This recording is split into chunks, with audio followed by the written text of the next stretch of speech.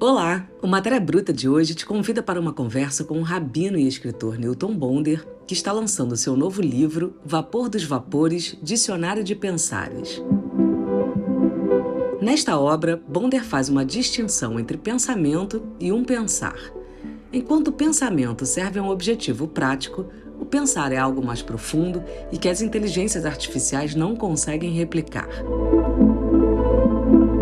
Na entrevista ao Curta, o escritor, que é famoso pelas obras A Alma Imoral e Cabala do Dinheiro, reflete sobre vários temas relacionados à existência humana. Ele responde o que acha sobre as inteligências artificiais e se elas representam uma ameaça ou uma aliada. Ele também fala sobre filósofos que o inspiraram e opina sobre o crescimento do antissemitismo no mundo.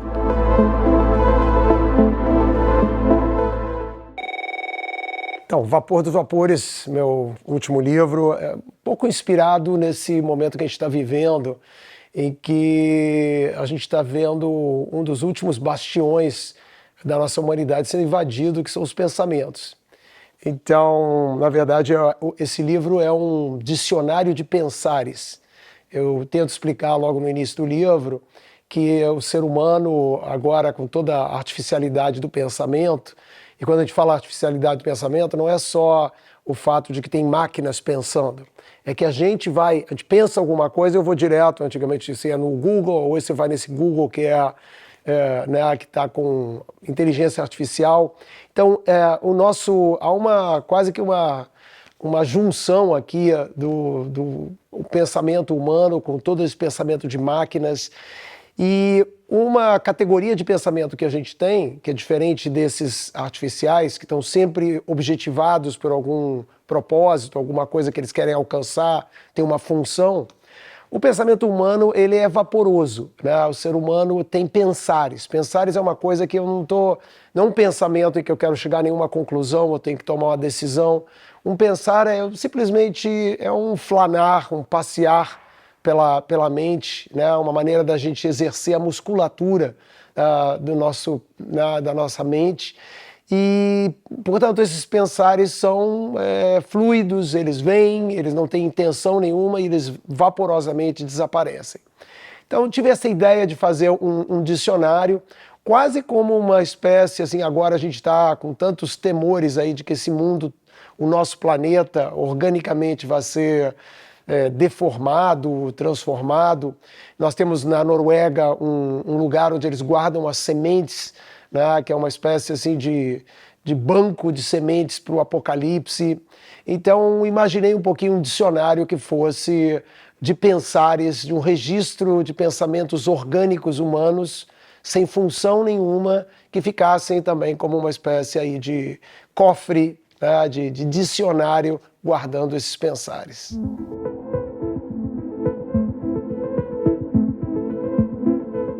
O pensar, na verdade, ele é motivado porque o nosso pensamento ele é integrado, isso que é o orgânico do nosso pensamento, ele é integrado a todos os sentidos e sentimentos humanos. Então a gente está andando e de repente alguma coisa, né, isso brota como um sentimento, como uma emoção brota, né, é quase como uma emoção do pensamento. Então o pensamento vagueia, ou devagueia por um lugar que não tem uma função, eu não estou tentando resolver nenhum problema que eu tenho, eu simplesmente faço aquela conexão, tem a ver com a minha criatividade, é um passeio que eu faço e que me integra como pessoa. Assim como as minhas emoções me representam, esses pensares me representam. Então, um pouco o temor dessa artificialidade toda do mundo é a perda realmente dessa presença da gente encarnados em nós mesmos e virarmos alguma coisa também, um pacote artificial.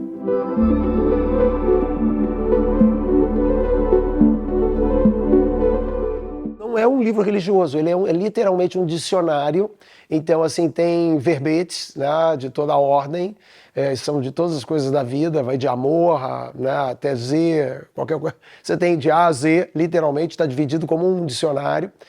E ali tem registro de pensares, que foi um exercício de escrever entre prosa e poesia, porque é um pouco como são os nossos pensares, eles têm uma narrativa. O sonho, né? Nossos sonhos estão mais para pensares do que para pensamentos.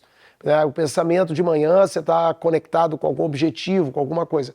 De noite eles acontecem como a gente também sonha acordado durante o dia. Então, assim, o livro tem essa função. Eu acho que cada verbete ele é interessante, porque eu acho que as pessoas vão se identificar, é um pensamento humano, há uma identidade que a pessoa vai ter com aquele pensamento, porque vem de um registro humano orgânico. E tem uma função também, eu acho, que até como um inspirador, porque parte da função dos pensares, eles nos inspiram. Muitas vezes os pensares é que nos levam a fazer projetos, que nos dão o eureka, não o pensamento, os pensares. Por isso que muitas vezes os cientistas vão dormir e acordam de manhã com um pensar que era totalmente lateral, que não tinha nenhuma objetividade ali do que ele está tentando resolver, e aquilo inspira, aquilo é criativo. Então, eu acho que tem essa função. Você vai num verbete, eu quero falar sobre dinheiro, e que é uma coisa totalmente objetiva, concreta. Tem ali um pensamento, provavelmente vai passar pelas questões humanas, de sustento, sobrevivência, mas ali é um parágrafo e é um registro que começa vaporoso, fica o tempo todo no meio vaporoso e termina vaporoso. Ele não é uma coisa que tem um moral da história. Então, assim, é um livro, eu acho que bem interessante, nesse formato de dicionário e num formato onde o que está mesmo sendo, digamos assim, sublinhado e focado é essa forma orgânica. Por que é orgânica? Porque vem das coisas me tocam, me inspiram, me conectam, me vinculam, e vem do corpo agindo sobre a nossa mente. Ele é um livro de filosofia, ele tem pensamentos, né? Eu acho que ele tem essa função filosófica, mas ele tem essa pretensão, né, de ficar num campo, né? Porque a filosofia às vezes ela explana e tudo mais, às vezes ela é vaporosa, muitas filosofias, né, são, digamos assim, tem assim, essa proposta unicamente de se pensar, né? Mas aqui eu acho que ela tem mais uma conexão com esse lugar onde talvez a gente durante o dia, passeando, andando, olhando para uma coisa, sendo levado a pensar alguma coisa, você esteja filosofando, mas não tem aqui nenhum aspecto mais, né, acadêmico ou até mesmo digamos assim, da estética do pensamento. É seu. O lugar desse pensamento é encravado no seu corpo, na sua dimensão orgânica.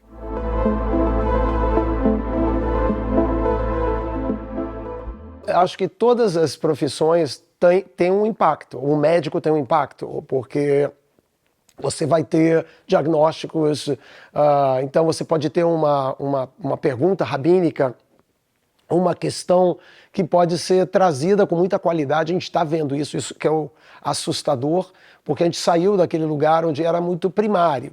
Então era óbvio que a presença humana era sempre necessária.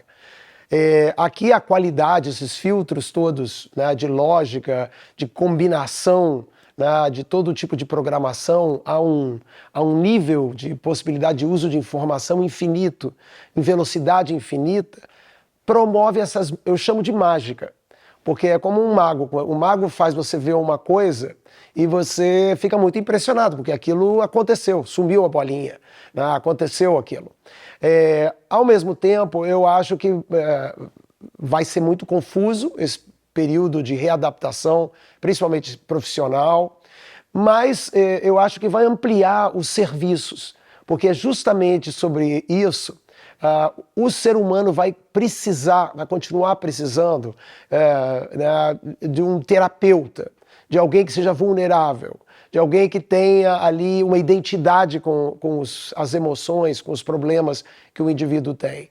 Então, assim, as pessoas que vão prestar serviço a humanos, eu acho que vai ampliar essa necessidade. E talvez a gente tenha todas as outras profissões muito impactadas por essa mecanização ou essa artificialização. Mas muito importante lembrar, porque é exatamente isso, são máquinas que são capazes de fazer streamings de lógicas muito longos e rápidos e tudo mais, mas tem uma prima minha que trabalha no centro aí da pesquisa, né, de ensinar as máquinas. Ela me dizia que as máquinas elas não têm conceitos das coisas. O conceito que está associado à consciência é muito ligado à existência de um corpo com necessidades, com fragilidades, com questões, com finitude. Então, é possível nessa ficção científica que ficou agora assim, né, potencializada ao extremo, de que lá na frente isso venha a acontecer. Mas eu acho que ainda tem um longo tempo onde essa artificialidade ela faz mágicas incríveis, vai ser disruptiva no campo do trabalho, mas ela não vai atender a profundidade do ser humano, as questões humanas, pelo menos num horizonte aqui a médio prazo. Mas é um mundo sofrendo uma série de impactos, quase violações e bullying de áreas que eram até esse instante unicamente humanas ou humanizadas. Por isso que para mim ficou interessante falar sobre o aspecto de como a nossa mente, que é o nosso cofre, a parte mais blindada, eu sou capaz de pensar e você não sabe o que eu estou pensando, né? Onde eu tenho intimidade máxima, né? Onde sou eu comigo mesmo, onde eu tenho esse diálogo interno, o quanto isso está sendo invadido por esse convite constante. Não pensa não, traz aqui para a gente pensar juntos. Você não tem capacidade de pensar com a amplitude que tem a máquina. E a nossa tendência eu vou perguntar ao ChatGPT, eu vou perguntar à inteligência artificial, quase como um movimento, né, talvez antes de consultar a mim mesmo. Então, assim, até que ponto a gente vai ser invadido? E até tem uma outra invasão que já aconteceu, porque quando a gente não fazia nada, a gente ficava com os nossos pensamentos. Hoje, quando eu não vou fazer nada, eu pego o meu telefone e é o meu dedo. E o meu dedo estimulado, é verdade que eu acabo pensando naquelas coisas que eu vejo, mas aqueles são pensamentos que foram produzidos. Eles não nasceram em mim, eles não são vaporosos porque nasceram em mim. Foram induzidos por imagem, por texto, então são invasivos. E essa aqui é uma questão grande para a nossa humanidade do futuro.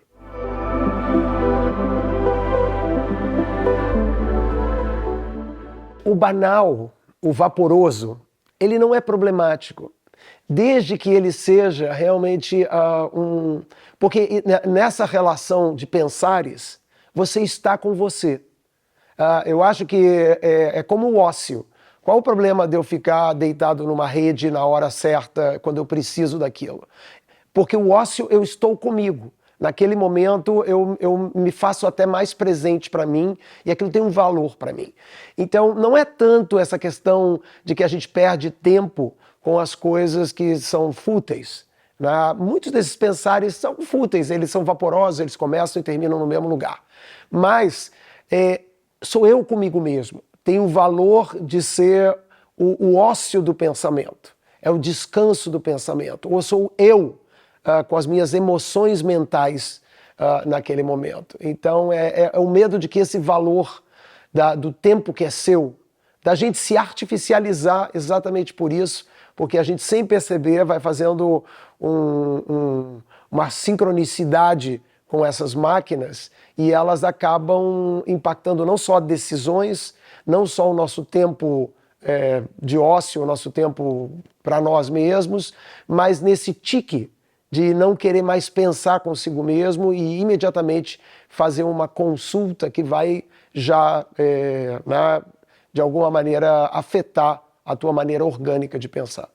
Eu acho que assim, esse material, aonde eu vou buscar esse material, tem a ver assim, até como um exercício literário meu.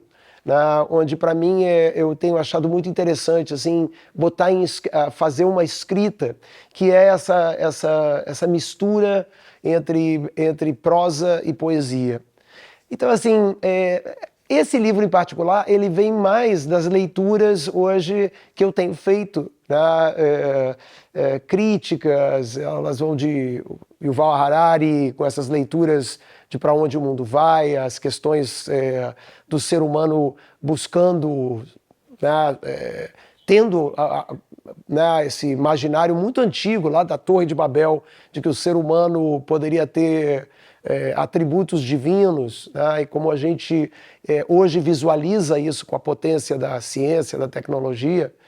Então eu tenho lido muitas questões críticas e eu acho que esse livro nasce mais de preocupação do que uma influência. Mas nele estão presentes assim o meu momento, que é um momento assim eu acho que eu até tem a ver com a minha literatura, onde as pessoas normalmente acham que é uma literatura mais filosófica, mais densa, mas eu acho que ela é muito presente, ela não é uma filosofia, digamos assim, clássica, ela é muito poética, ela é o tempo todo né, poética, e eu acho que a minha poesia ela vem da mística, que é um material que está muito presente na minha vida e no meu trabalho, porque a mística sempre foi uma espécie de ficção científica de tempos onde não existia ciência, porque a gente faz hoje ficção em cima da ciência. Quando não existia ciência, ou a ciência era muito, né, rudimentar, as pessoas faziam ficção a partir do seu imaginário.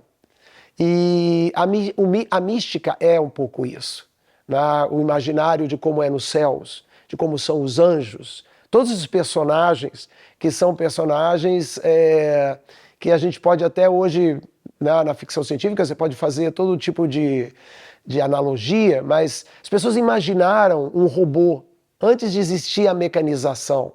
Elas imaginavam que era possível talvez dar uma alma para alguma coisa que não fosse viva, né? Então, eu acho que tem um pouco de cada uma dessas coisas e tem um pouco de misticismo nisso, uma tentativa de olhar o mundo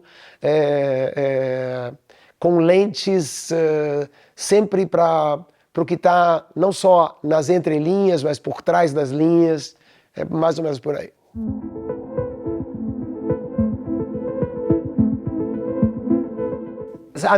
As minhas bases são muito filosóficas de Martin Buber, Spinoza, são elementos que estão presentes aí no meu pensamento como um todo, que dão origem, inclusive, ao que é a mística judaica, né, que é muito interessante porque ela rompe com muitos dos conceitos que a sociedade tem entre feminino e masculino, noções que a gente tinha no passado que eram sempre a questão hoje de gênero, que é tão fundamental como o mundo se descreve. E que é interessante que através da mística eles questionavam essa coisa do mundo ser binário, onde havia uma leitura de que tudo eram elementos do feminino, do masculino, e pode ter um elemento muito feminino num corpo masculino. Toda essa noção que vinha da mística, de que pessoas eram, por exemplo, reencarnação de um outro gênero. Eram leituras do mundo que misturavam prosa e poesia, e que era a maneira pela qual as pessoas faziam ficção. Não era tão científica, mas era, digamos assim, usando a consciência humana, a potência humana imaginária, etc. Então esses elementos, assim, esses sujeitos que falam sobre interpessoalidade, eles todos estão presentes ali na minha bibliografia.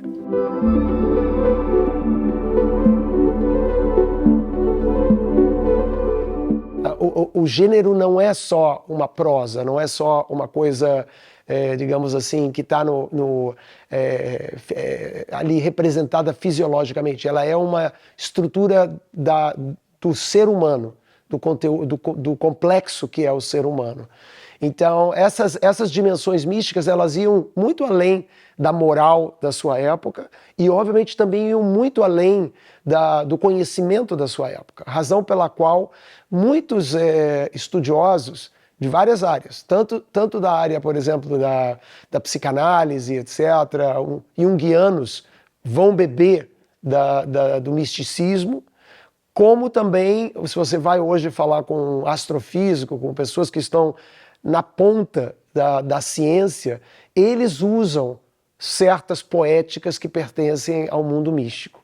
Eles veem uma certa, um encontro ali dessa linguagem com as descobertas que são cada vez mais poéticas, né, inexplicáveis na prosa, na ponta da ciência e tudo mais. Então vem tempos aí muito interessantes e disruptivos, né? A gente tem que estar muito atento para a gente ter regulações, porque senão a gente vai fazer muita maldade, muita injustiça, mas o mundo caminha e esse futuro vai ser um futuro, eu acho que maravilhoso, no sentido das descobertas que o ser humano vai ter acesso, e o ser humano vai ter que cuidar muito da sua essência para que nesse processo isso não se perca. Porque a gente está vendo que progresso não quer dizer que você esteja fazendo o bem. Nós temos progredido muitíssimo e estamos matando o nosso planeta do ponto de vista do meio ambiente. Então, podemos fazer a mesma coisa com a nossa humanidade. Então, eu sempre tenho um olhar positivo para a crítica humana, para a capacidade humana, mas são tempos de muito desafio e que vão demandar muita humanidade para poder regular tudo isso sem a gente se perder.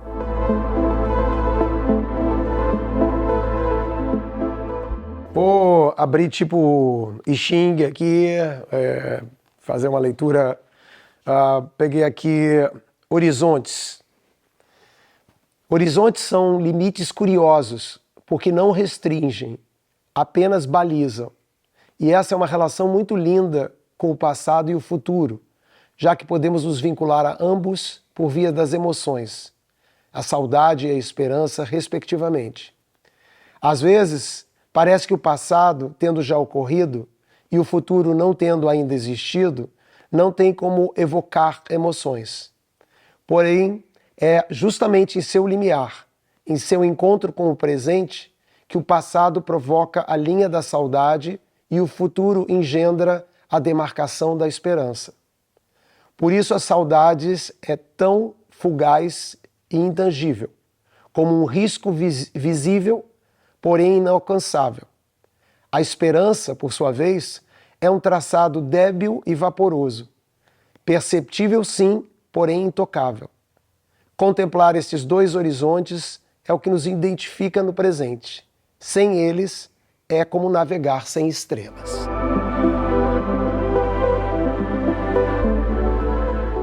Então, de novo, essa crise lá no Oriente Médio, ela é de uma complexidade enorme e eu não vou aqui balizar pelo horror, né, tanto pelo que aconteceu em 7 de outubro e depois o que veio acontecer como consequência daquele momento, né, com todas as mortes em Gaza e tudo mais. Mas eu quero balizar uma coisa que eu acho importante.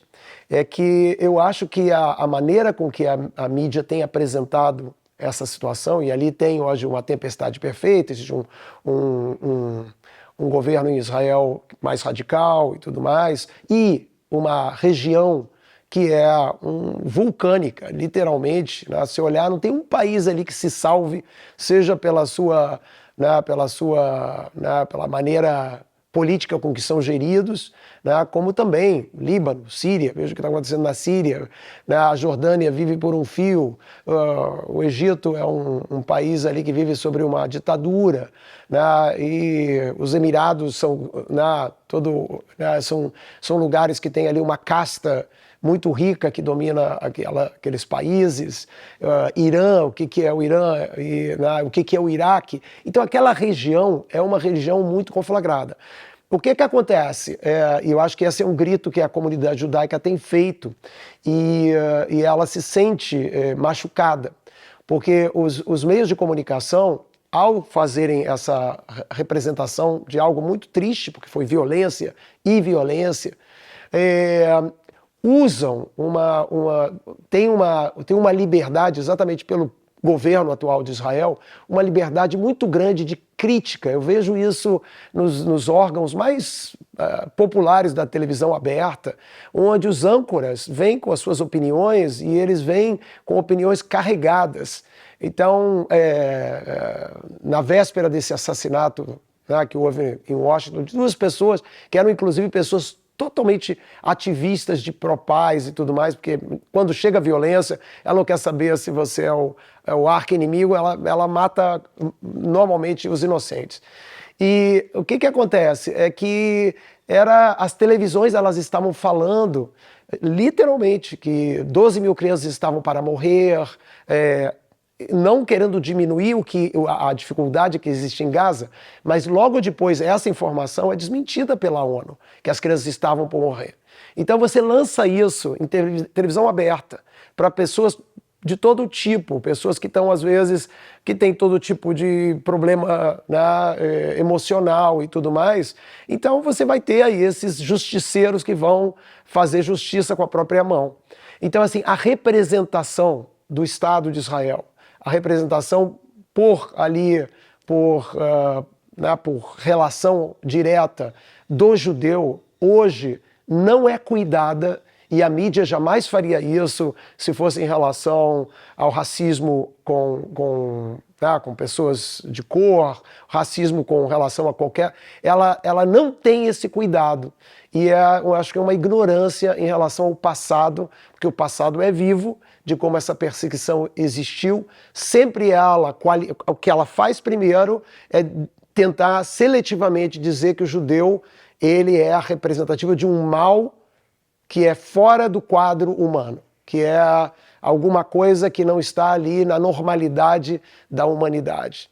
E se você faz uma leitura, e eu tenho certeza que isso vai acontecer depois que, se Deus quiser, as coisas acalmarem, pararem de morrer realmente inocentes, e entre eles há crianças e mulheres, mas onde a gente tiver realmente a informação, e não no fog da guerra, e não nas narrativas, quando tiver um estudo, vai se mostrar que, eu acho, a mídia foi irresponsável, não em trazer a informação, não em falar pedindo muito para ajuda humanitária, porque isso é até uma obrigação da mídia, mas a conotação, a ideia que ela apresenta de que isso está sendo feito por uma maldade, porque o tempo todo, e eu não vejo isso na Ucrânia, não vejo isso quando morriam mulheres e crianças que morreram com armas químicas, eu não via ninguém usar esse título, crianças e mulheres morrem, né?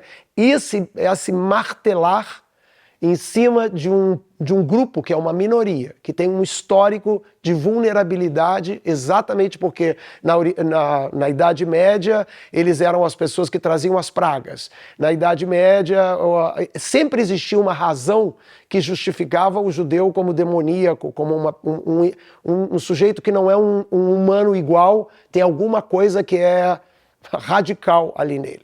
Eu acho que a mídia tem culpa. E essas pessoas, esse casal, eles são produto direto dessa representação que fez alguém, a gente vai saber depois por que, alguém dizer vou fazer justiça, e fez achando que estava fazendo a maior justiça. Fez um crime horrendo, e como todas as perdas de vidas são. Você já leu outros livros de Newton Bonder? O que acha do avanço das inteligências artificiais? Conta pra gente na enquete do Spotify ou pelas redes sociais. Este episódio foi produzido por Eduardo Fradkin, contou com a captação de som de Lívio Leite, identidade visual e artes de Gabriela Diniz, assessoria de Francis Carnaúba, coordenação geral e edição de Bárbara Luiz e voz de Flávia Mano. O Matéria Bruta é o podcast do canal Curta dedicado à cultura e às humanidades. Para ficar por dentro de tudo, se liga na dica. Se inscreva no Google Podcasts ou no Castbox, siga o Matéria Bruta no Spotify e na Amazon ou assine no Apple Podcasts.